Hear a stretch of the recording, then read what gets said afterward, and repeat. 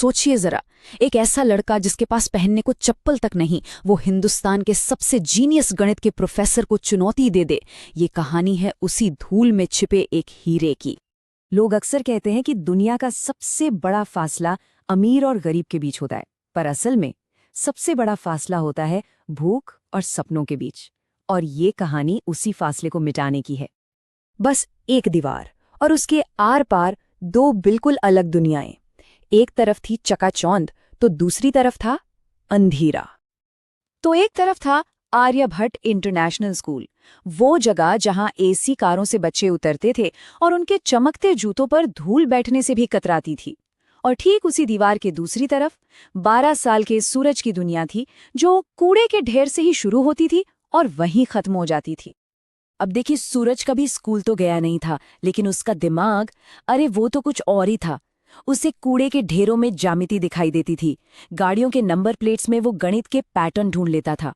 उसका दिमाग किसी भी कैलकुलेटर से कई गुना तेज चलता था, एक ऐसी प्रतिभा जो दुनिया की नजरों से पूरी तरह छिपी हुई थी। और फिर एक दिन किस्मत ने एक ऐसा सवाल सामने रख दिया जिसने इन दो अलग अलग दुनियाओं को टकराने पर मजबूर कर दिया। क्लास में एंट्री होती है प्रोफेसर दिग्विजय सिंह की, एक ऐसा नाम जिसे सुनकर ही बच्चों के पसीने छूट जाते थे। और आज तो उनका गुस्सा 7वें आसमान पर था। उन्होंने गुस्से में ब्लैकबोर्ड पर एक ऐसा सवाल लिख दिया जो सवाल कम और गणित की दुनिया की सबसे बड़ी पहेली ज्यादा लग रहा था। ये वो सवाल था जिसे वो खुद पिछले 15 सालों से हल नहीं कर पाए थे।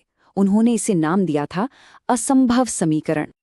प्रोफेसर ने अपनी भारी आवाज में पूरी क्लास को चुनौती दी। बोले, अगर तुम में से किसी ने भी इसे सुबह तक हल कर दिया तो मैं पढ़ाना छोड़ दूंगा और अपनी ये सोने की घड़ी भी हमेशा के लिए उसे दे दूंगा।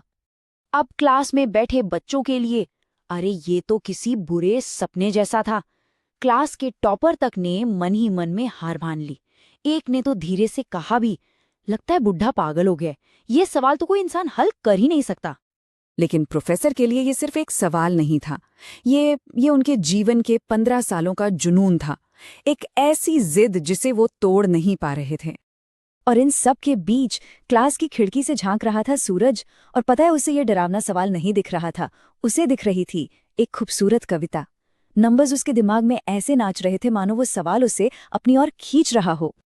उस रात जब पूरा शहर चैन की नींद सो रहा था, सूरज के दिमाग में एक बवंडर उठा हुआ था।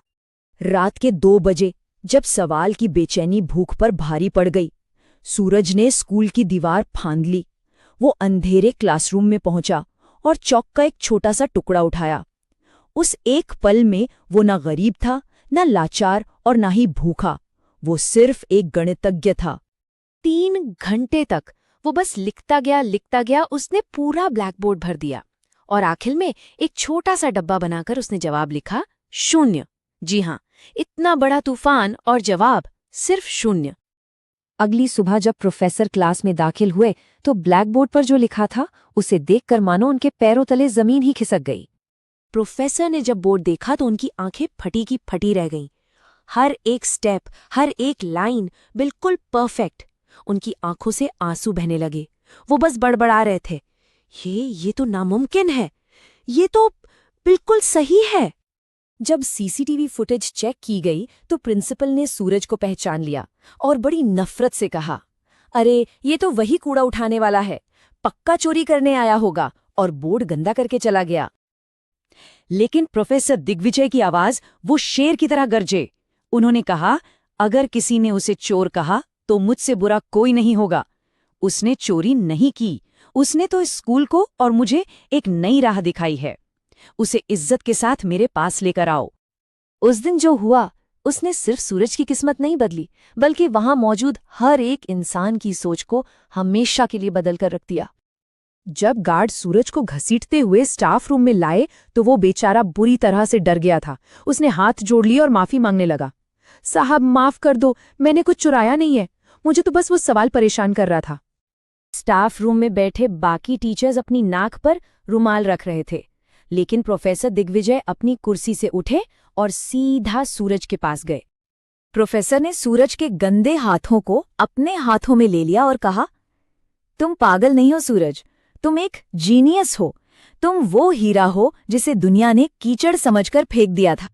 उस दिन उस महंगे स्कूल के अंदर एक कचरा उठाने वाले लड़के ने सबको इंसानियत और प्रतिभा का वो पाठ पढ़ाया जो कोई किताब नहीं सिखा सकती थी। ये कहानी हमें एक बहुत जरूरी बात सिखाती है कि टैलेंट वो किसी महल का मोहताज नहीं होता, वो अक्सर टूटी फूटी झोपड़ियों में जन्म लेता है।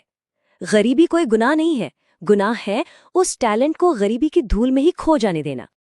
प्रोफेसर ने सूरज की पढ़ाई की पूरी जिम्मेदारी ले ली और उस दिन के बाद सूरज ने अपना पुराना बोरा फिर कभी नहीं उठाया।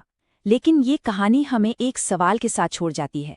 हमारे आसपास ऐसे कितने सूरज हैं जिन्हें हम हर रोज कूड़े के ढेर में नजरअंदाज कर देते हैं।